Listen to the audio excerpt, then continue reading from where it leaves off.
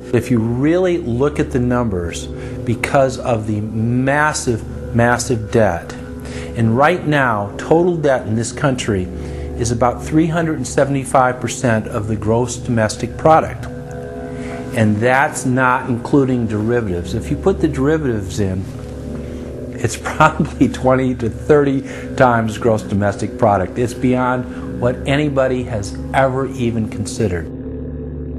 While they were looting North America into the ground, the international banking syndicate was simultaneously executing the same scam in over 100 other nations.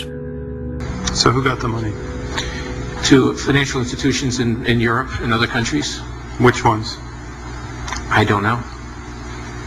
$500 billion and you don't know who got the money? Well, Obama's got one difficulty with this Congress. It's the number of freshman Democrats that got elected. Many of these people know that they got their seats from, and many of which got seats in the Senate and Congress from long-held Republican seats. They know that the people back in their states and in their constituencies will not tolerate this any longer. So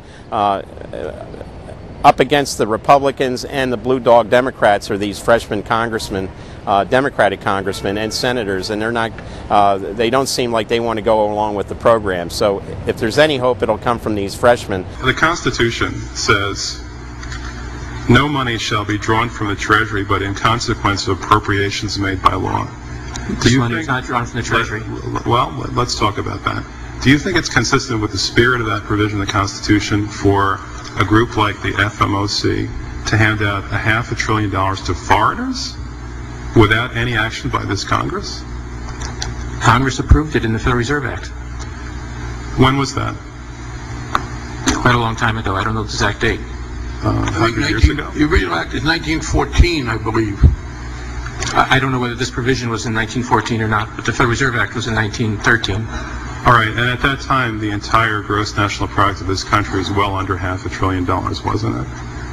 I don't know. Is it safe to say that nobody in 1913 contemplated that your small little group of people would decide to hand out $500 billion to foreigners? What the bailout legislation really did was give a blank check backed up by U.S. taxpayers to offshore megabanks.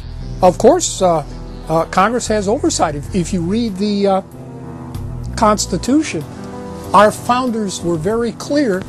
Anything to do with taxes and money is put into the hands of both houses of Congress together.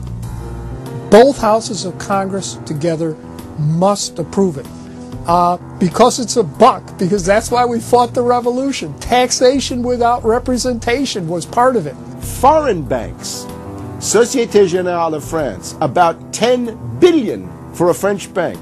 Deutsche Bank of Germany. Did Deutsche Bank need the money? How much did they get from the bailout? Well, they told us they got $12 billion from the bailout. And Barclays Bank of Britain, 10 billion. So you're up to almost $50 billion to bail out a series of foreign banks that were derivatives counterparties of AIG, plus Goldman Sachs. This is the biggest swindle, not only in the history of the United States, this is the biggest swindle and transfer of wealth in the history of the Western countries. And we've seen all these cronies from Wall Street with the combination to the vaults around the country, and they've just looted the Treasury and the banks and the securities industry dry. This is by probably an order of magnitude the biggest fraud in history.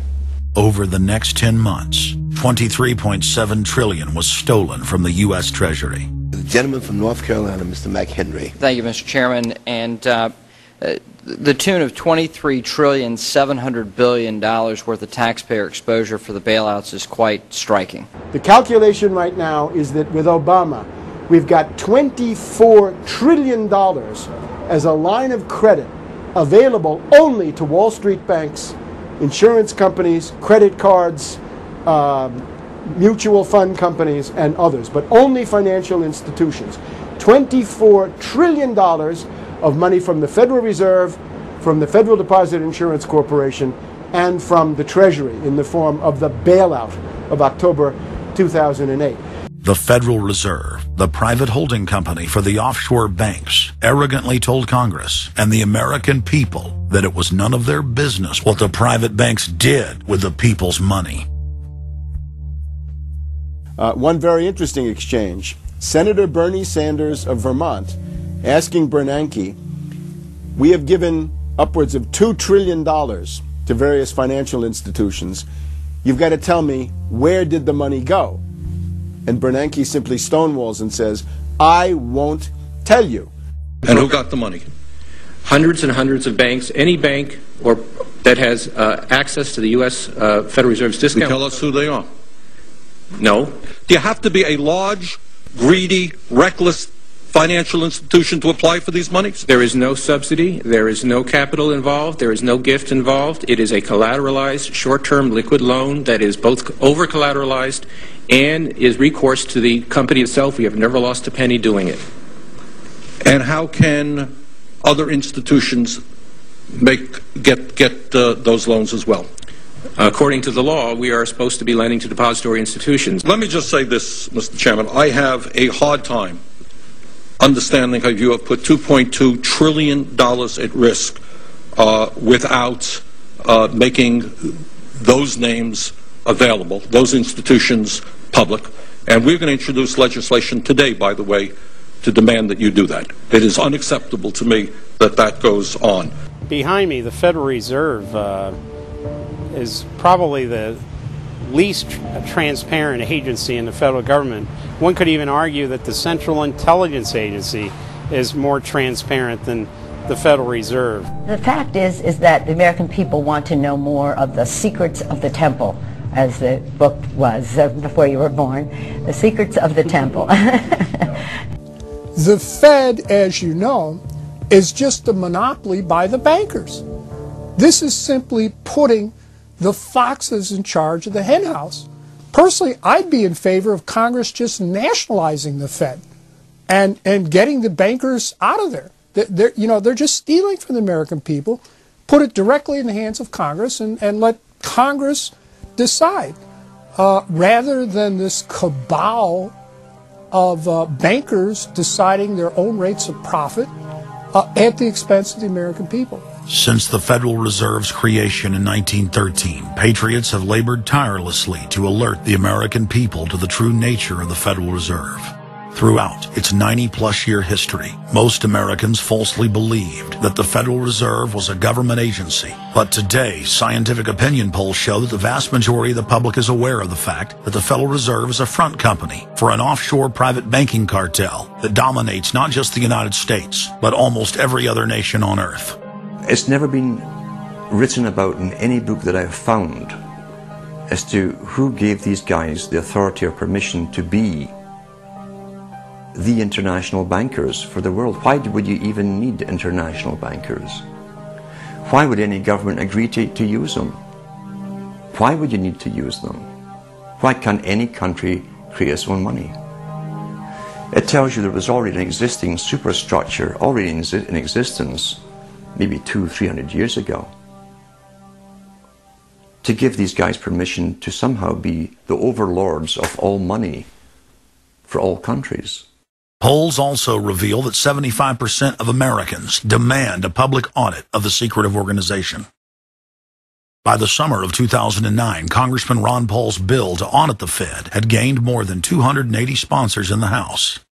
But the private Fed's high-powered lobbyists were able to block a vote on the bill in the Senate. That only piqued the public's interest. I have another amendment. I have been informed that the majority plans to block consideration of this amendment, which is number 1367, regarding the transparency at the Federal Reserve. Madam President, I'd like to call up Amendment 1367.